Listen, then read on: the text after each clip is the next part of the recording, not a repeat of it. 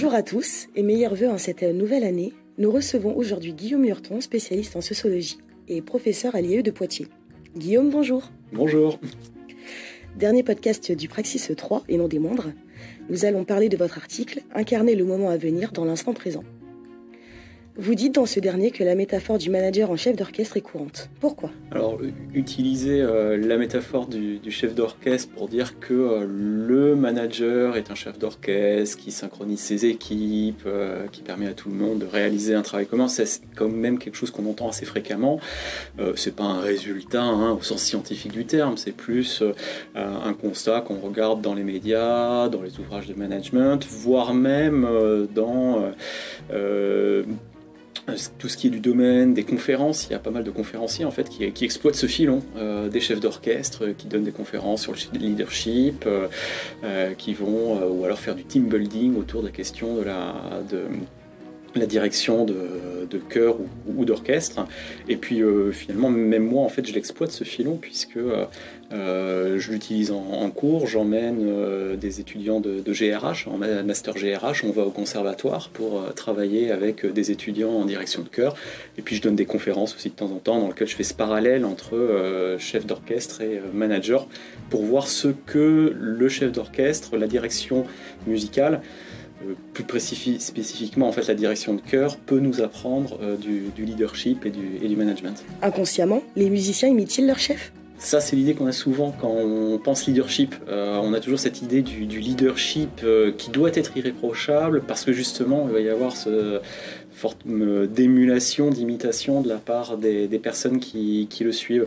Je suis pas particulièrement sur cette idée-là, en particulier dans la direction musicale.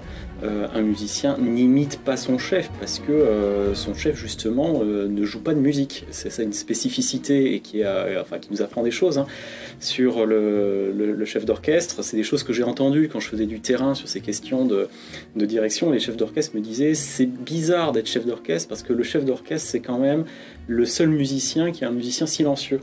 Ou alors autre chose que j'entendais dire, je suis chef de chœur, je ne chante pas, je chante par la bouche des autres.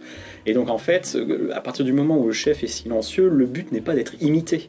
Le but du chef n'est pas d'être meilleur violoniste que les violons pour être imité, d'être meilleur flûtiste ou meilleur chanteur.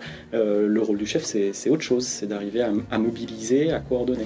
Le chef d'orchestre permet-il à ses musiciens de ressentir l'œuvre, d'y être intégrés ? Alors c'est beaucoup plus là que ça se joue en fait. Le but du chef, c'est d'arriver à donner du sens à ce qu'on est en train de faire collectivement. Et ça pour moi c'est valable qu'on soit dans le domaine musical ou extra-musical, mais c'est particulièrement fort dans le domaine de l'interprétation musicale.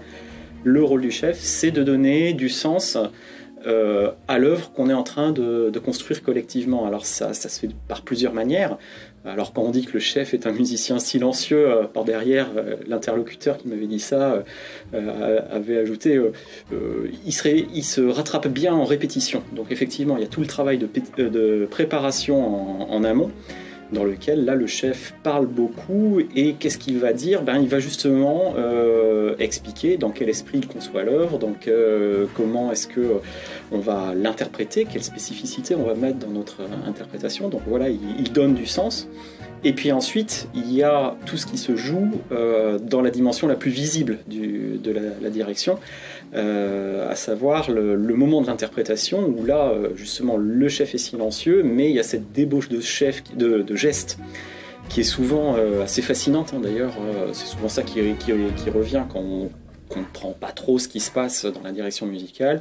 Ce qu'on retient, c'est ce monsieur qui bouge, qui fait des gestes et cette impression que les musiciens répondent aux gestes. En fait, c'est pas forcément comme ça qu'il faut voir les choses. Il faut pas forcément se dire que ce sont les gestes que fait le chef qui font jouer les musiciens. Ce que fait le chef, en fait, c'est qu'il crée une forme d'état d'esprit. Alors, bien sûr, il y a des gestes purement de coordination. Je fais ce qu'on appelle une levée, c'est un geste qui permet de dire à tout le monde on commence ici, à tel moment, à tel endroit et on est tous ensemble. Mais ensuite il y a toute la dimension expressive de la gestique, ce qu'on appelle la gestique, c'est-à-dire les gestes du chef, où là l'enjeu en fait c'est surtout de mettre le musicien dans un bon état d'esprit. Ça c'est quelque chose qu'on voit beaucoup très clairement chez les chanteurs. Quand je fais des entretiens avec des chanteurs qui me parlent des chefs avec lesquels ils jouent, il y en a qui disent d'un chef à l'autre, on peut se sentir plus ou moins bien pour chanter. Il y en a qui disent par exemple, tel chef a un geste particulièrement vocal, c'est-à-dire un geste qui met dans de bonnes dispositions, un geste qui permet de se projeter dans ce que je vais chanter. Alors ça, c'est quelque chose quand on a l'habitude de jouer sous la direction de quelqu'un ou de chanter, c'est quelque chose qu'on sait. Il y a des chefs comme ça qui mettent en sécurité, avec lesquels on se sent bien, parce que rien qu'à les regarder, d'une part, on sait qu'ils sont présents pour nous, on sait qu'ils savent ce que l'on va devoir faire, et juste une posture, juste une attitude, ça nous met dans l'esprit, dans l'état d'esprit de ce qu'on doit faire pour interpréter l'œuvre qu'on est en train de jouer. Donc c'est vraiment ici que ça se joue, sur cette capacité d'intégrer l'œuvre et de savoir comment on va s'intégrer à cet exercice collectif. L'anticipation est fondamentale de la part du chef d'orchestre pour que l'exécution soit parfaite. Qu'en est-il du manager ? Alors, pour moi, c'est la même chose. En fait, ce qui permet, la question, c'est qu'est-ce qui permet de mettre les gens comme ça dans de bonnes conditions pour qu'ils puissent, alors, selon, interpréter de la musique ou tout simplement travailler. Ce qui permet, et c'est là où je pense où il y a des parallèles à faire entre la direction musicale et puis l'exercice du management, du leadership, ce qui permet à un moment donné de mettre les gens en sécurité, c'est qu'on a cette capacité de se représenter ce qui vient en avance. Alors ça, c'est quelque chose qu'on voit quand on travaille sur qu'est-ce qu'ils apprennent en fait, les chefs. Qu'est-ce qui fait qu'un chef va réussir à développer ses capacités de direction dans le domaine musical. Il y a quelque chose qui est fondamental, c'est la capacité d'écoute intérieure. C'est-à-dire, ce qui est fondamental pour qu'un chef puisse diriger, c'est est-ce qu'il est capable d'entendre au fond de lui-même ce que l'orchestre est en train de jouer sans l'orchestre. S'il est capable de faire ça, ça veut dire qu'il est capable d'entendre l'œuvre en avance sur tout le monde et d'avoir la bonne posture, les bons gestes, les bonnes postures physiques qui vont mettre le musicien en sécurité. Alors tout ça demande finalement dans une organisation, qu'est-ce que ça veut dire ? Alors ça veut dire des choses assez différentes parce que dans une organisation, dans une entreprise, contrairement à un orchestre, on n'a pas de partition. On ne sait pas à l'avance ce qu'on va jouer. Malgré tout, qu'est-ce qu'on apprend ici à l'IAE ? Qu'est-ce qu'on essaye de transmettre aux étudiants ? Ce sont des modèles, des études, des connaissances, des techniques qui permettent de se représenter comment devrait fonctionner une organisation, comment évolue une entreprise. Et en fait, ces connaissances, elles n'ont pas pour but de donner des solutions toutes faites. L'objectif n'est pas que les étudiants sortent de là avec des recettes à appliquer et qu'ils puissent appliquer dans toutes situations. Ça, c'est un peu l'inverse du management. C'est je me contente de répliquer des choses qu'on m'a apprises. Le bon manager, qu'est-ce qu'il fait ? Il utilise ses connaissances pour, d'une part, comprendre l'organisation spécifique, l'entreprise, l'organisation, l'association, l'administration au sein de laquelle il travaille. Et premier stade, il en comprend la logique, il comprend comment est-ce qu'elle évolue, quelles sont les logiques de tension, quelles sont les logiques de conflit, etc. Et à partir de là, il est capable, par ses connaissances et également par son expérience, de se représenter comment cette organisation peut évoluer, quelles sont les contributions de chacun. Et c'est ça qui lui permet d'avoir cette posture qui va permettre à chacun d'être en confiance et de savoir quel est le rôle que l'on joue au sein de cette organisation. Voilà, plutôt que des recettes et justement pas des logiques d'imitation où on va appliquer des manières de faire qu'on aurait apprises et répliquées telles quelles en situation. De l'univers orchestral à l'univers des super-héros, on ne veut pas dire qu'il n'y a qu'un pas. Mais l'on peut tout de même y voir une similitude. Les comic books, les récits de super-héros, sont considérés comme des récits chorales. Avec une multitude de personnages qui œuvrent parfois dans le même sens, là aussi il y aura beaucoup à dire en termes de leadership et d'intelligence collective. Ça tombe bien, le Praxis 4, les leçons de management à l'aune des super-héros, est paru en ce début d'année 2022 et vous y figurez de nouveau. Pour parler cette fois-ci des héros de la série Watchmen. Et parce que le plus distrayant peut aussi nourrir des questions de fond, vous y faites une analogie avec la théorie de Bernard Bass sur le leadership transformationnel. Pouvez-vous nous en dire plus ? Alors, l'article sur les super-héros, là, bon, autant je travaille régulièrement avec des musiciens, autant là c'est plus l'occasion qui a fait le larron, puisque donc je faisais ce travail de lecture des théories du leadership dont je suis pas particulièrement proche, mais c'était important pour moi de les comprendre. Et donc, quand le sujet est apparu du Praxis 4 sur les super-héros, ça a tout de suite fait écho effectivement à cette théorie du leadership transformationnel de Bernard Bass, qui est un petit peu, enfin qui était une théorie assez dominante, assez mainstream. Donc c'est une théorie qui s'est développée dans les années 80, qui a était assez courante dans les années 90 et qui aujourd'hui en fait depuis les années 2000-2010 est beaucoup plus critiquée en fait par les théories contemporaines du leadership, et justement critiquée sous un angle particulier. Beaucoup d'articles commencent aujourd'hui dans leur revue de littérature en disant nous ne sommes plus dans un modèle du leadership héroïque, et le leadership héroïque c'est précisément donc ce modèle de Bernard Bass. Donc c'est pour ça que ça fait un petit peu tilt quand on parlait de super-héros. Tout de suite j'ai pensé au leadership héroïque de Bernard Bass.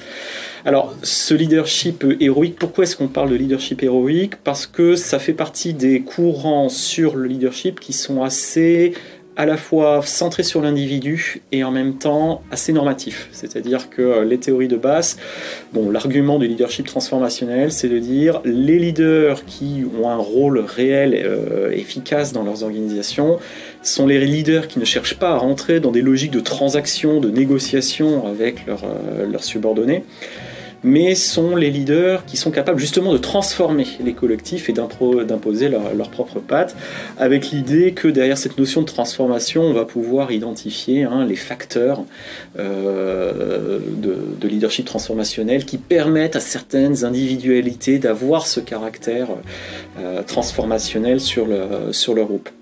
Alors voilà, c'est un modèle... En gros, on vous explique que voilà ce qu'il faut faire pour être un bon leader. Alors, comme je disais, c'est une approche qui est de plus en plus critiquée. Les théories des années, depuis les années 2000, beaucoup de courants du leadership prennent un peu leur distance avec ce leadership héroïque. Et donc, du coup, c'est pour ça que j'ai aussi fait le lien avec... les Watchmen, ce roman graphique, parce que ça m'a...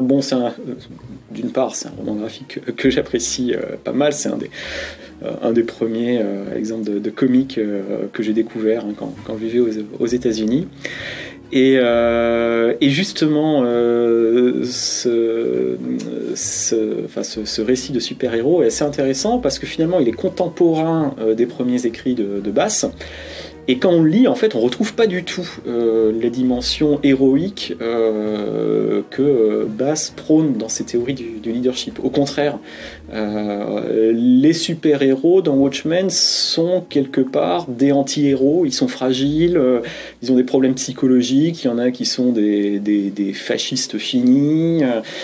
Et donc, voilà, alors même que on avait cette théorie du leadership transformationnel qui développait une image extrêmement positive du leader en héros, les récits du super-héros prenaient déjà leur distance avec quelques années sur les théories du leadership, avec cette vision du leadership héroïque. Donc c'est ce qui m'a intéressé et ce que j'ai essayé de développer dans cet article. Dans votre article, vous dites « L'action résulte de la combinaison des décisions de personnages multiples. L'héroïsme est un phénomène collectif. » Ces deux phrases pourraient résumer à elles seules le dossier super-héros de ce nouveau praxis. Leadership, oui, mais leadership distribué. Quelques mots sur ce concept ? Alors oui, sur l'idée que l'action est toujours une combinaison d'une multiplicité de décisions et que l'héroïsme est collectif. Alors, il y a peut-être deux manières de voir cette idée-là. Il y en a une qui est effectivement directement liée à la notion de leadership distribué. Alors le leadership distribué, c'est un courant. Alors justement, c'est un de ces courants qui critiquent les approches du leadership transformationnel de Bass. Un de ces courants qui vont prendre les distances avec le leadership héroïque en insistant donc justement sur cette dimension collective. L'idée du leadership distribué, c'est de dire qu'en fait, dans un collectif, le leadership, c'est jamais quelque chose d'unidimensionnel. Il y aurait le leader qui est celui qui est capable de faire agir les autres, de les guider. Il n'y a pas comme ça un leader ou un modèle de leader dans un groupe, il y a des enjeux de leadership. Donc par exemple, si je parle, alors si je prends des exemples musicaux à nouveau, sur un orchestre, bien sûr, il faut arriver à coordonner les musiciens, il faut arriver à se mettre d'accord sur l'esprit dans lequel on va interpréter l'œuvre, et puis il y a aussi des enjeux de relations publiques, il faut arriver à être un petit peu le représentant. Le rôle d'un chef, c'est aussi d'être le représentant de l'orchestre. En fait, ces différents rôles ne sont pas nécessairement joués par la même personne. On peut avoir des groupes dans lesquels les décisions musicales sont prises de manière un peu collégiale, dans lequel il y a une discussion, puis il y a un chef qui va avoir le rôle à proprement parler de coordination musicale, c'est lui qu'on va suivre au moment de l'interprétation. Ce rôle de coordination, il peut même être beaucoup plus distribué, c'est-à-dire il peut y avoir plusieurs personnes qui jouent ce rôle-là au moment de l'interprétation. Par exemple, des chefs de pupitre, ce qu'on appelle des chefs de pupitre dans un orchestre. Et puis il y a donc la représentation vis-à-vis du public. Dans une entreprise, c'est pareil, c'est-à-dire il n'y a pas un enjeu, il y a de multiples enjeux qui suscitent des problèmes de leadership. Et donc la question du leadership distribué, les théories du leadership distribué, ce qu'elles disent, c'est qu'en fait, il n'y a pas des individus qui émergent, qui seraient des individus extraordinaires, des héros comme ça qui viendraient sauver l'organisation. Ce qui se passe, c'est qu'il y a des mécanismes d'ajustement collectif dans lesquels on voit des leaders qui émergent sur certains points, mais on peut très bien avoir des organisations dans lesquelles il y a plusieurs leaders qui se répartissent un petit peu les rôles, qui sont en interaction les uns avec les autres, avec des équilibres de négociation, de pouvoir, etc. Donc voilà, ça c'est l'enjeu du leadership distribué. Ensuite, sur la citation là que vous évoquiez, l'héroïsme est un phénomène collectif, je pense qu'il y a une autre manière aussi de voir les choses qui est plutôt celle que je traite à la fin de l'article, qui est de dire que finalement la question qu'il faut se poser aussi à un moment donné, mais c'est pourquoi est-ce qu'on a besoin de héros ? Pourquoi est-ce qu'on a besoin de leaders ? Puisqu'il y a ces mécanismes d'ajustement qui se font dans la régulation des groupes, c'est quelque chose d'assez classique qu'on voit dans les théories des organisations. Qu'est-ce qui fait qu'on a cette émergence de leaders, de grandes figures ? Et là, je trouve qu'il y a un parallèle qui est intéressant encore avec ce Watchmen, qui est que ce qu'on se rend compte dans Watchmen, c'est qu'il y a quelque chose qui est très lié à des phénomènes de mode, à des phénomènes d'attente sociétale de la part de l'opinion publique qui, à des moments donnés, sont en attente de figures qui vont incarner leurs espoirs, qui vont donner une direction, etc. Et donc ici, la question que je voulais poser dans cet article, c'est de se demander, mais finalement, le fait qu'il y ait des leaders, est-ce que c'est parce qu'il y a des gens qui sont par nature des leaders qui viennent régler nos problèmes, ou est-ce que c'est tout simplement parce que nous sommes collectivement en attente de leaders, et finalement, c'est cette attente collective de leadership qui crée ces dynamiques dans lesquelles des personnes vont s'imposer et prendre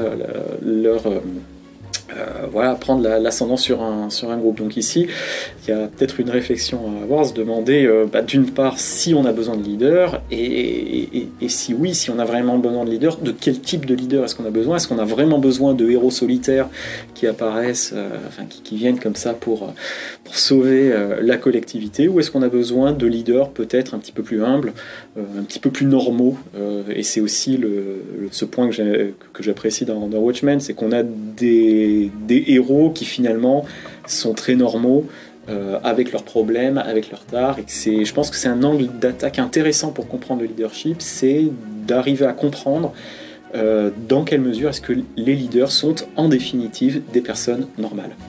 Merci Guillaume Lurton pour cette interview. On invite nos auditeurs à lire ces deux articles, Incarner le moment à venir dans l'instant présent ou l'art du chef d'orchestre dans le Praxis 3 et le leadership héroïque à l'épreuve de Watchmen dans le Praxis 4. L'article du Praxis 3 est disponible en ligne sur notre site internet. Et si vous souhaitez découvrir son article du Praxis 4, nous vous invitons à remplir le formulaire pour le recevoir gratuitement chez vous. Et merci beaucoup. À bientôt et merci.